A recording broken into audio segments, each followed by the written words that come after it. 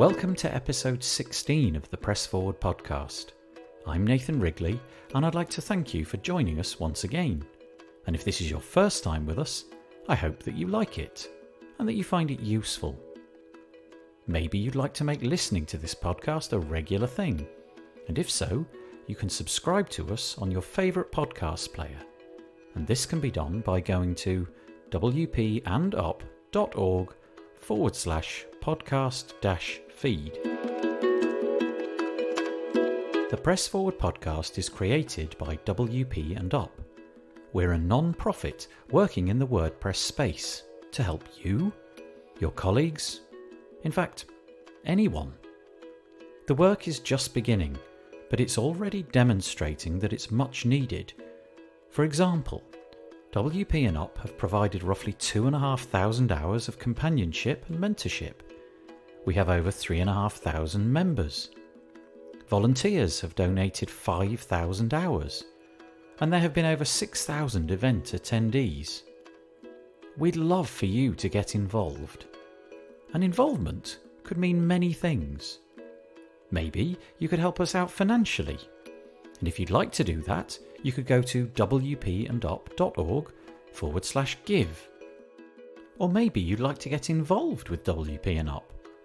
If so, then please visit wpandup.org/contact or look for the social links in the website's footer. Perhaps you'd just like to explore the content that we're creating. And if that's the case, then there's a blog at wpandup.org/blog. It's always getting fresh content, and it's a great place to go for a quick read. You can also help us out by sponsoring this podcast, just like Green Geeks have done.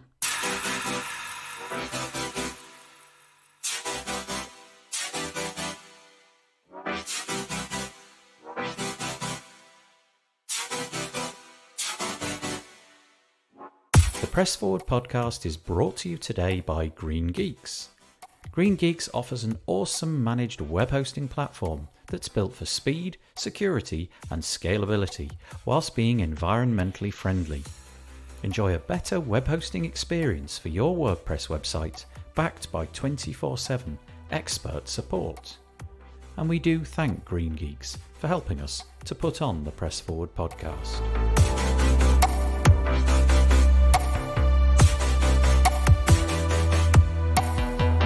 If you happen to be a regular listener of this podcast, then you'll know that a few months ago we took a team to WordCamp EU in Berlin. I was tasked with interviewing as many WordPressers as possible, and I did just that.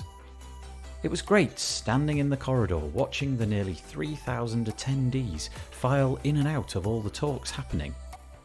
The fact that we chose the corridor was great. It meant that people could find us easily. But it also meant that there was quite a lot of background noise. But I'm sure that you'll be able to listen to this episode and enjoy it despite that. The interviews that I did were really fun to do, and they were really varied also. You can catch the ones that have already been released in the Press Forward podcast feed. Okay, so on to today's episode. Today, I talk with Marieke van der Rakt, the CEO of Yoast. I'm sure that you've heard of Yoast. It's an SEO plugin which is installed on over 5 million websites. Marieke is fairly new to the role of CEO, having recently taken over from her husband, who is also called Joost.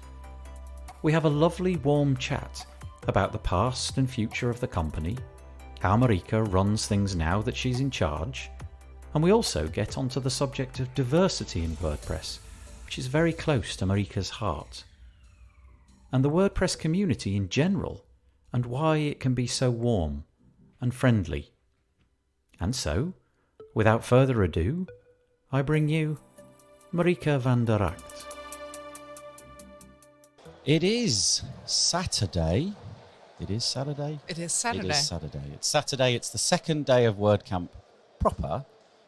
We had 3 days. There was a contributor day to begin with. And we're stood in the hall outside track number 1. I'm joined by Marieke van der Rakt. Great. Yes. I think better was earlier, but No, it was a Yeah. nice pronunciation. we're all experimenting with this lovely new audio equipment that we've got. But we've got Marieke on today. You may have heard of Marieke if you in the WordPress space. It's probable that you have.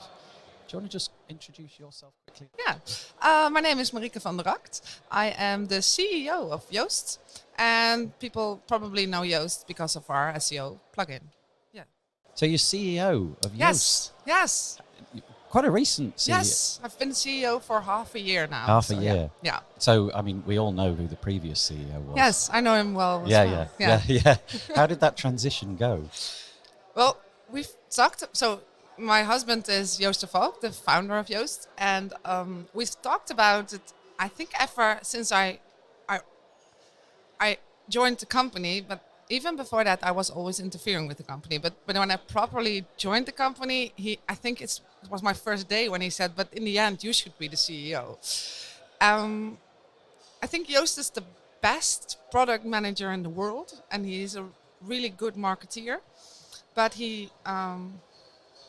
I was always the one saying, we should think about this. We should make decisions. Not that I would make the decision, because we do that with the four of us, with our two other partners as well. But I was always pointing them and saying, we're going to do this now. We're going to go this way, or we need to decide something. And within the company culture thing was always my thing as well. So then at one point, but I was always scared. So I was like, no, you founded this. I can take over. And then at one point, he didn't ask me for a year if I wanted to be CEO. And I was like, if you ask me now, I'm going to say yes. And then I know a meeting in which we were the four of us. And he just said, but you don't want to be a CEO. And I was like, I do want to be. And then he said, well, then you're CEO now. That was it? That was it. Really? Yes. Like one day to the next? Yes. Wow. And it is a transition, because he had to get used to, and I myself had to get used to being the one that people want to talk to. Yeah. So this is a question I've wanted to ask you for ages. How do you cope with Yoast, the business, and Yoast, the individual? Yeah. So I want to ask you a question like, It's really nice. Do you ever switch off from Yoast? But I can't ask that question because it's got two possible outcomes. And we always say Yoast BV, which is the Dutch, and it often gets confusing because our private life and our professional lives are very much intertwined. It's just, and that's the way we chose things to do. So we have 4 children together, aged 13 up to 4, so it's rather small. And we like to take care of them as well. And having a company together gives you great flexibility in doing that. So 2 days a week, Joost picks up the children from school. And 2 days a week, I'll do that. And 1 day a week, we just leave them. They have we have like a daycare sort of facility after school as well. But that gives you space to do that. And of course, at night, being an international company, we have a lot of meetings, but then they're all to bed, well, usually. So it sort of works, and we are both very passionate people. So we have discussions all the time, but it works for us. Your children are going to have an amazing understanding of search engine optimization. Yeah, you think, much right? broader than any other child on the planet. They do not, but they don't speak English even. Oh. And they have violin lessons and ballet and football. They do just the things children do. Has anything changed since you became CEO? Have you made any sort of like deliberate? This is a line in the sand.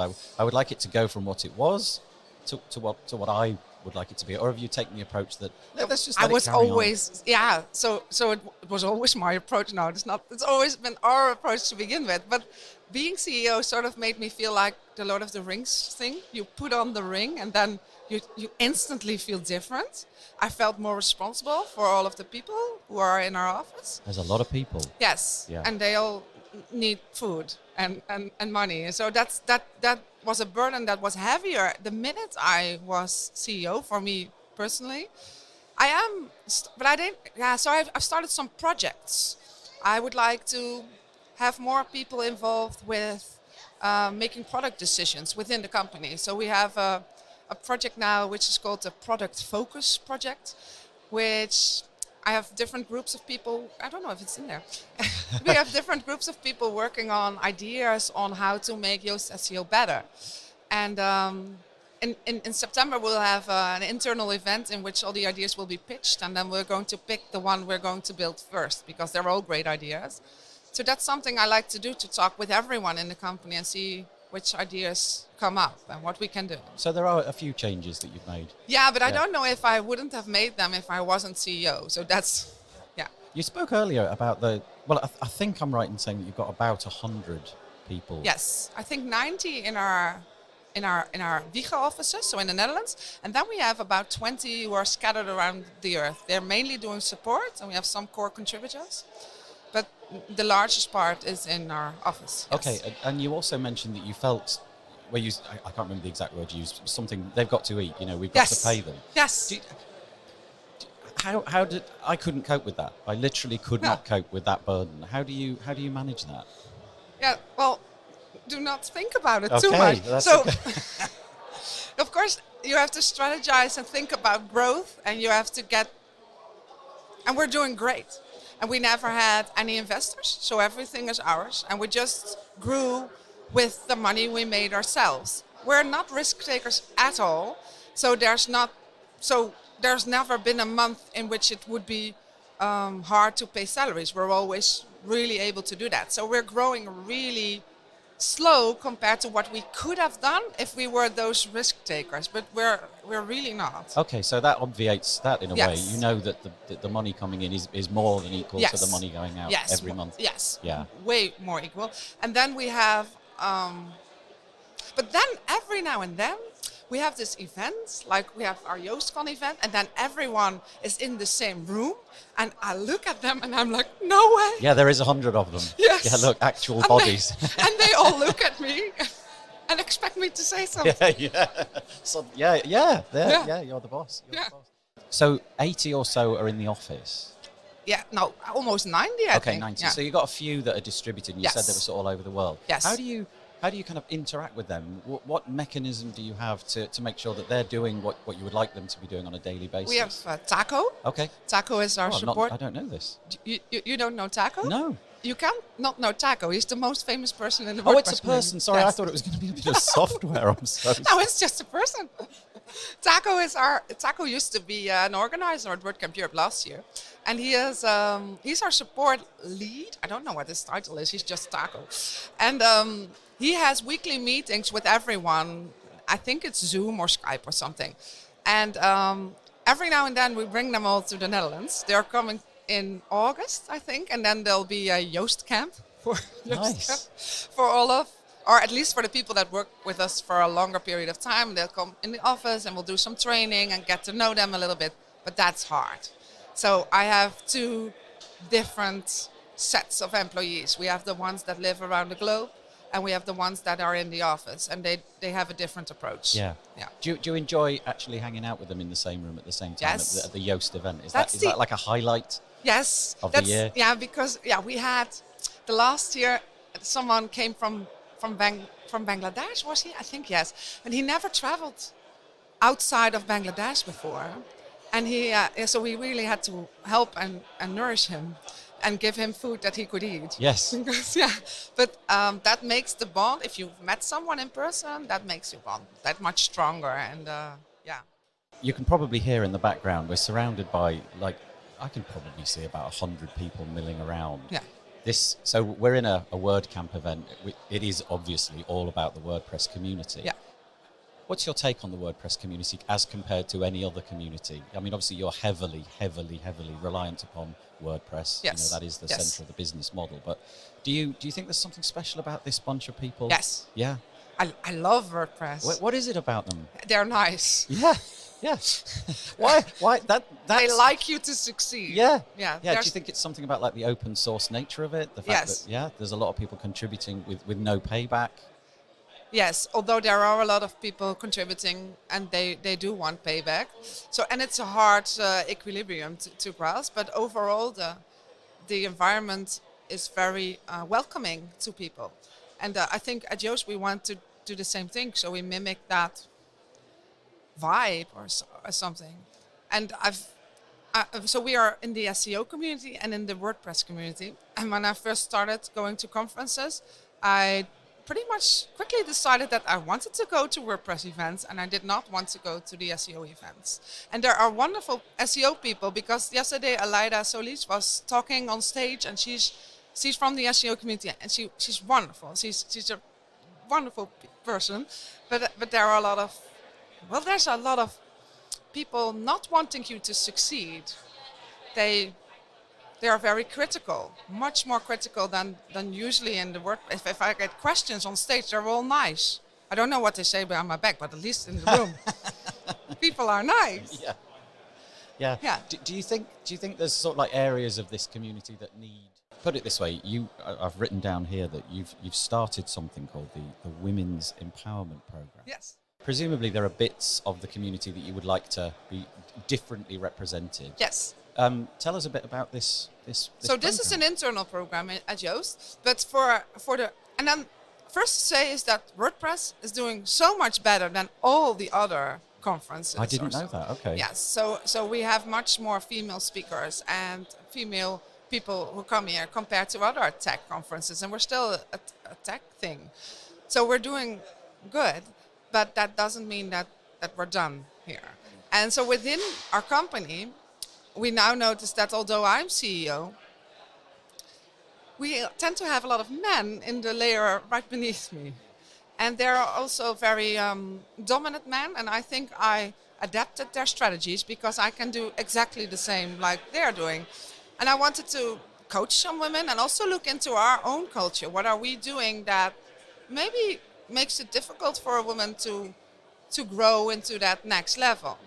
So then it could be a coincidence, but it's something to explore and something to be conscious about, that we all grown up in a world which is dominated by men, and that will have an effect on all of us, women and men equally.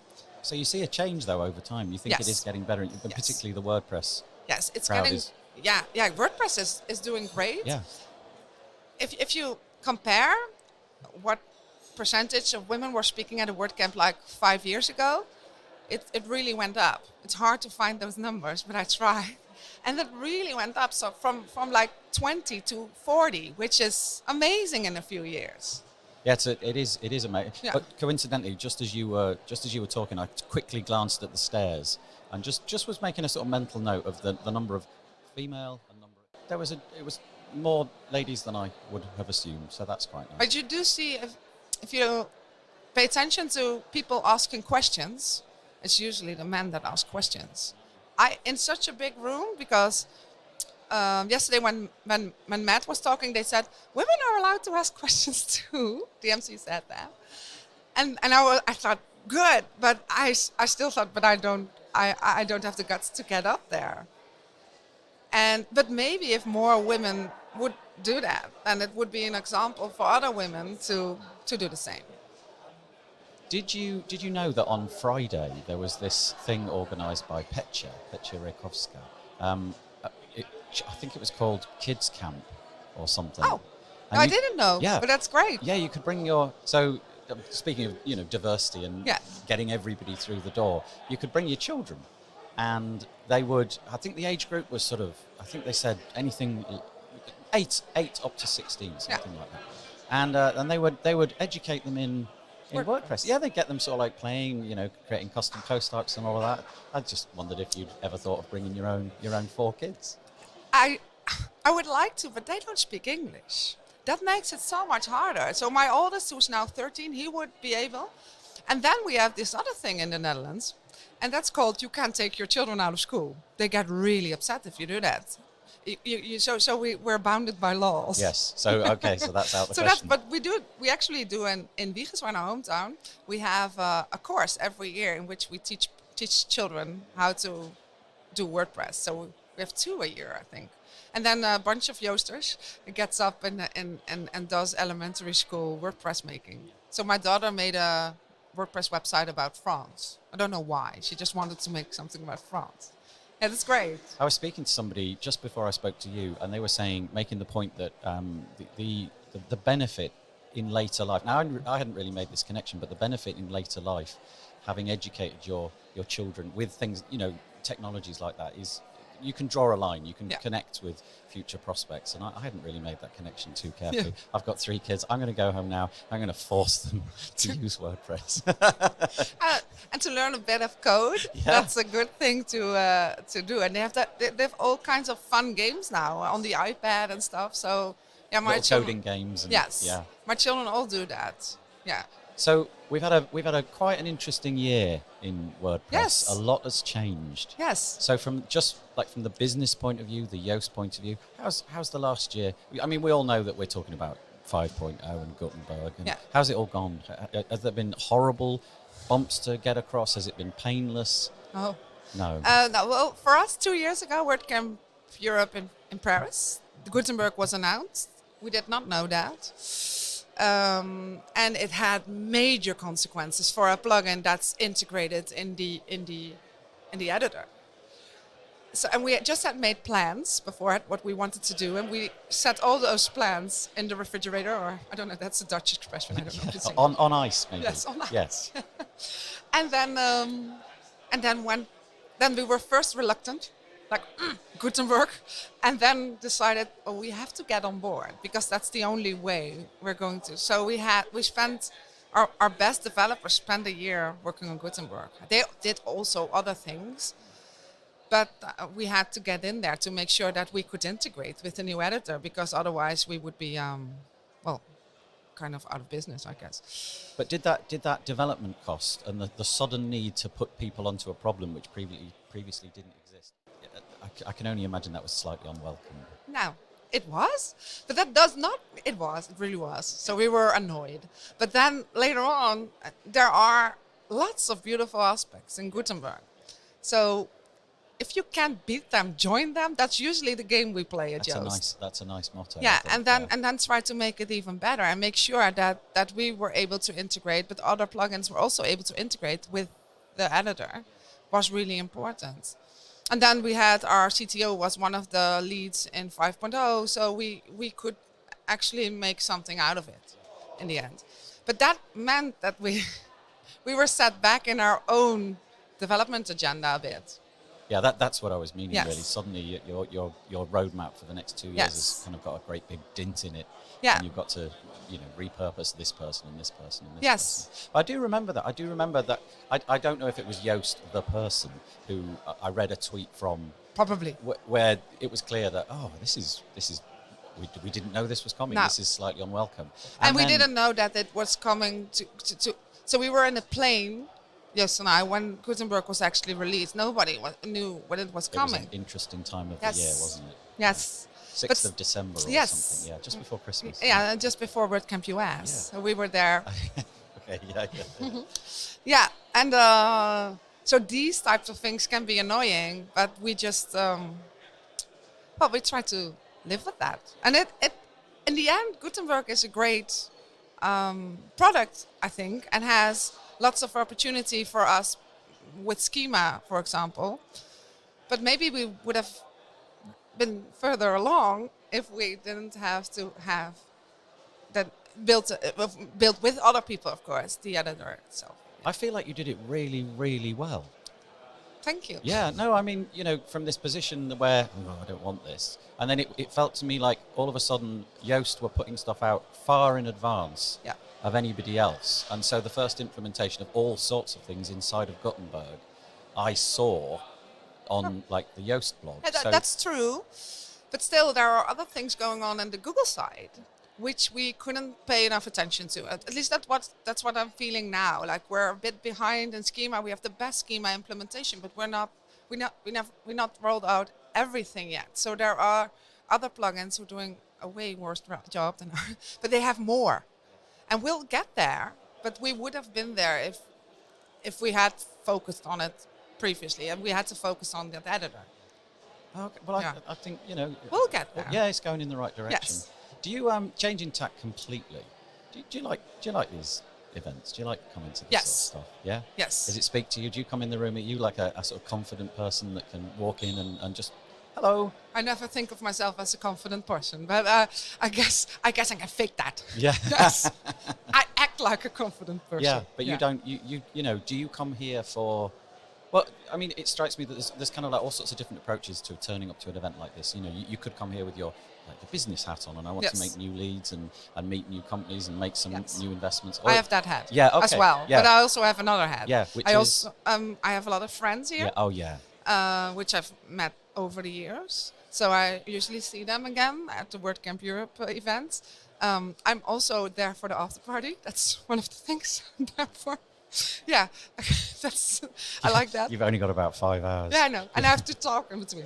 Oh, and no, I'm also a speaker here. So, and that's something. And we generally take the approach of trying to educate or tell something to our audience. So that's a different approach as well. So we're helping people. A lot of support questions. I just got a question from someone who's from Greece, and she uses the different alphabet. And she didn't know what to do with her slug. I don't know either, but we'll figure that out. But I like having those conversations with clients, with people that use our product and don't know what to do with it. Yeah. Do you go to lots of the talks then, or do you generally sort of hang out in the corridors? And No, I don't go to lots of. I've seen the talk of Omar and the talk of Aleida and the talk of Matt yesterday, and I've been in a workshop previous before this. And I've done a lot of interviews. Yeah. Sorry, that's okay. I've added to your burden. No, that's okay. What? Forgive me. No. But what is your talk later today? What are you going to be speaking on? We're talking about how to engage an online audience. So we've had Yoast Academy, the online course platform, and I think we've learned a lot about how to keep people's attention and how to make people finish a course, and that could be translated to how you do that on your website. So we're going to give some of our thoughts on how to make sure that people stay on your website, are engaged, and come back. That's kind of stuff. Yeah. What's on the agenda for the next year for Yoast? What's the plan? How will it change? We have a lot of schema coming out. We have we already announced that we were going to do live indexing with Google, but then there was a security thing. But Google solved this. They told us.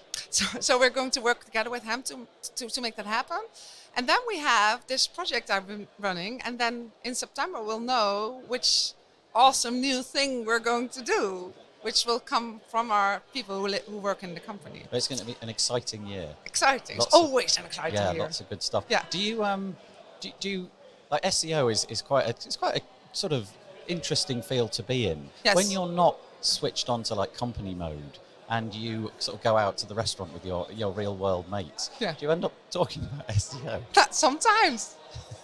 No, and also I talk a lot about children and politics and movies. I can talk about other things as well. I really can't. I end up going. No, I just sort of end up talking about WordPress.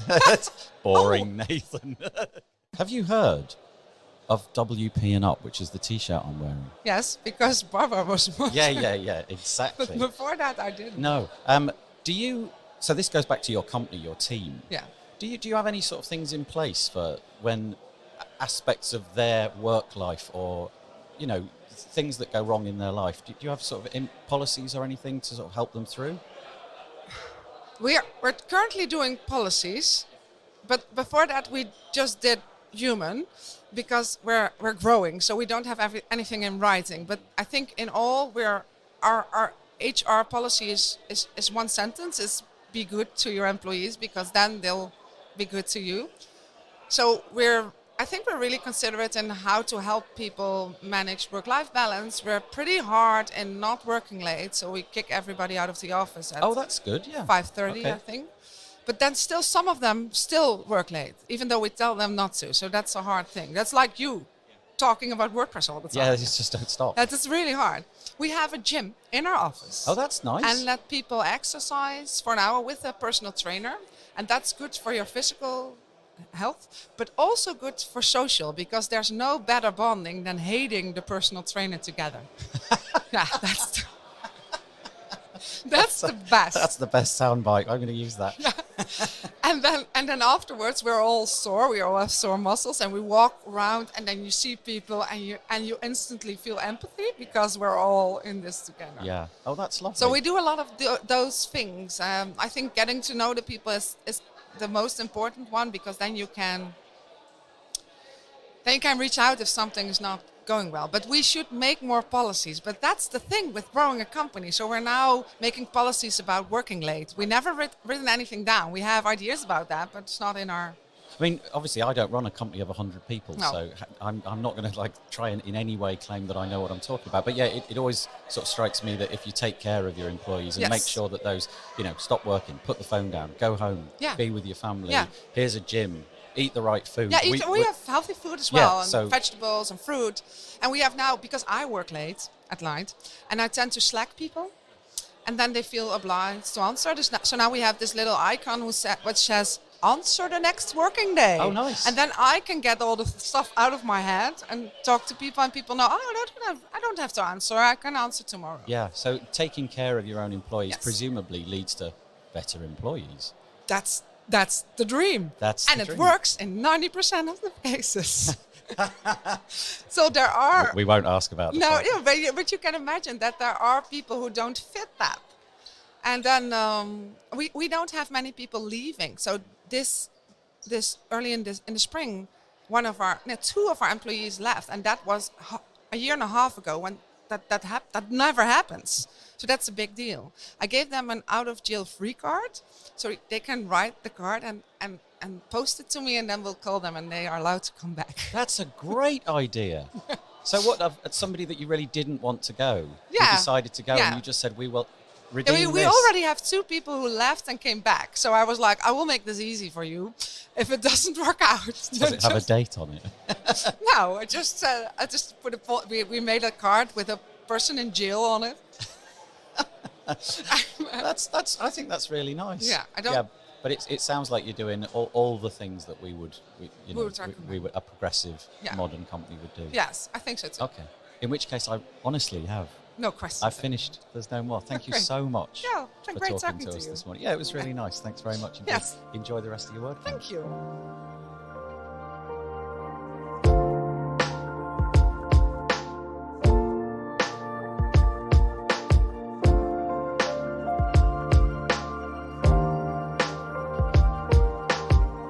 One of the purposes of the Press Forward podcast is to lift the lid on topics that don't get talked about enough. To allow people to share their stories so that others might listen, and by listening, they may gain an understanding that they're not alone. There are other people out there who have faced the same situations that you are facing. They have found a way through and can offer support to you on your journey. Maybe that person is already in your life, but they might not be. And that's what WP and Up is here for, to connect you with the support that you need. The Press Forward podcast is brought to you today by Green Geeks. Green Geeks offers a specially engineered platform that gives WordPress users web hosting that is designed to be the fastest, most secure and scalable hosting available in multiple data centers.